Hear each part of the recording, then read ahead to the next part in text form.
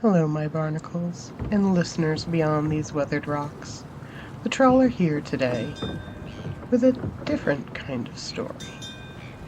A poem, to be exact. And I guarantee you, you will never guess who shared the poem with me first. You see, I met a new apothecary. And if any of my partners are listening, it was not my fault. Please do not yell at me. But a new apothecary.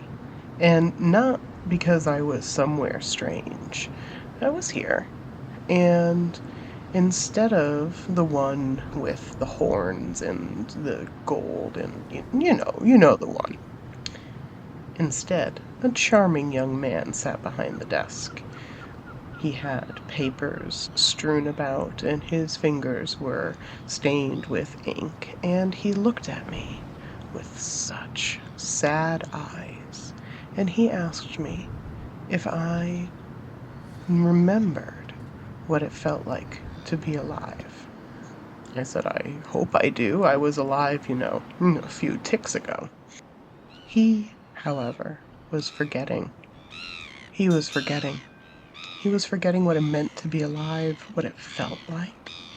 He couldn't remember sunlight on his skin. He couldn't remember hunger or feeling full, for that matter. He couldn't remember what his favorite meal was. All he could remember was what it felt like to be lost in the in-between. You see, something, he doesn't remember what, of course, pulled him from the black path before he reached the apothecary. And a kind tender eventually found him and brought him back. But while he was alone, while he wandered, he felt such crushing isolation.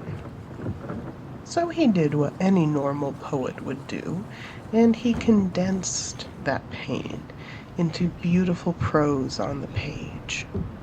He told me that even though that tender had saved him from dissolution in the in-between, that it was sadly too late for the apothecary to retrieve the components necessary to recreate his body, that he was left with the choice, red door or employment. He took the job because he thought he could help people.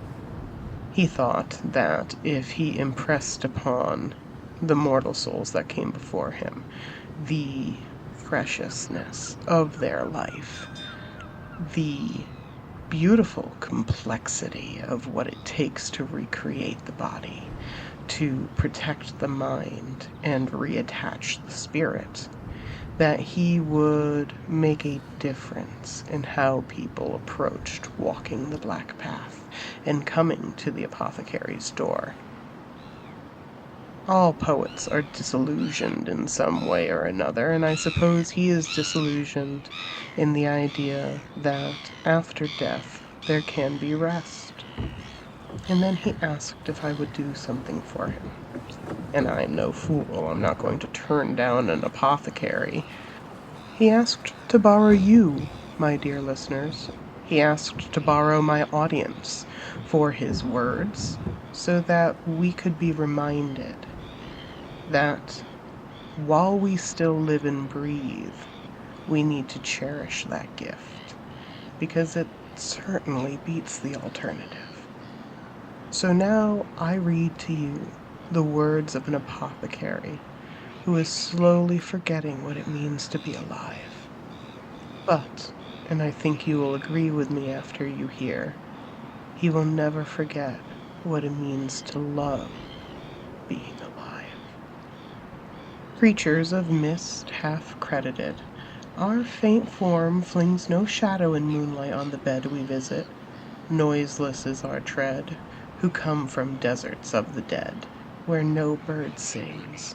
Forever in dark and cold forlorn we wander there, pale spectres, wondrous, pale and worn as privet flowers that even shorn are pale when phosphor fails with morn. We who once were who now nor see the sunny day nor waving wheat hear whisper in its autumn play. The sweet world's face is never gay for us who see no flowers of May, but night is sweet. Night brings us back to the earth again. Again we fill our old familiar homes, a train of dead men out of mind who feign to be remembered, long in vain to linger still. In vain. Dawn's dated herald shows dawn comes apace. On the orient heaven air morning throws broadcast her buds of white and rose. Each sad unwilling phantom goes to its own place. Why are these when we appear our children frayed?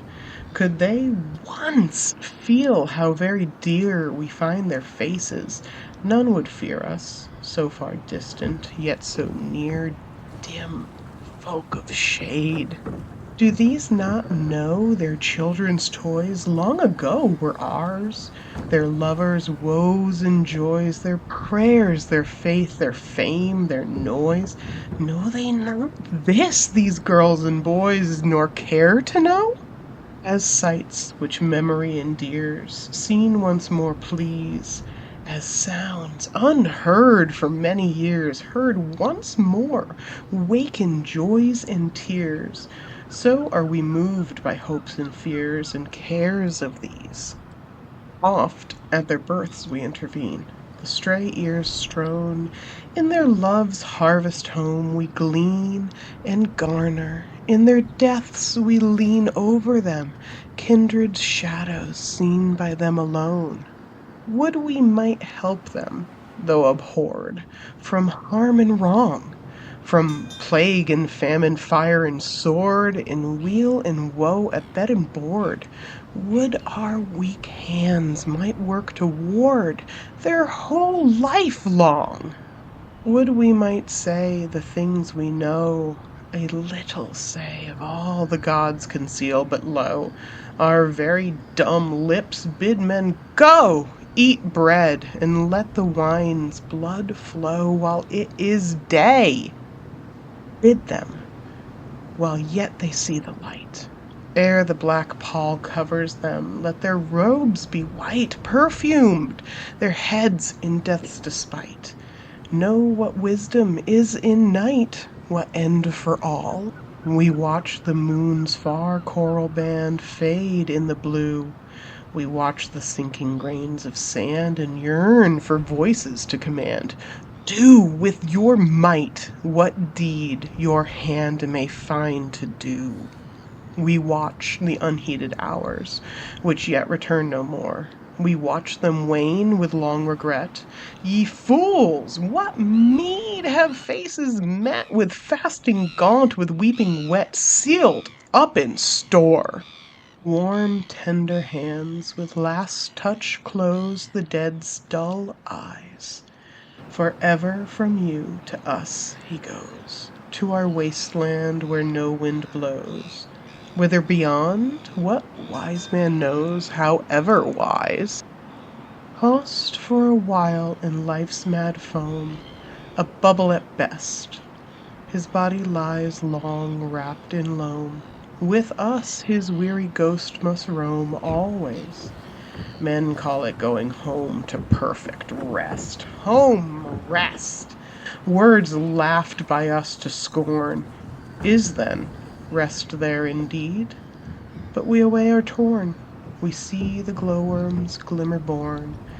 We smell the mild sweet breath of morn, and mix with air. There you have it, listeners, from the mouth of an apothecary. What will you do with your daylight hours?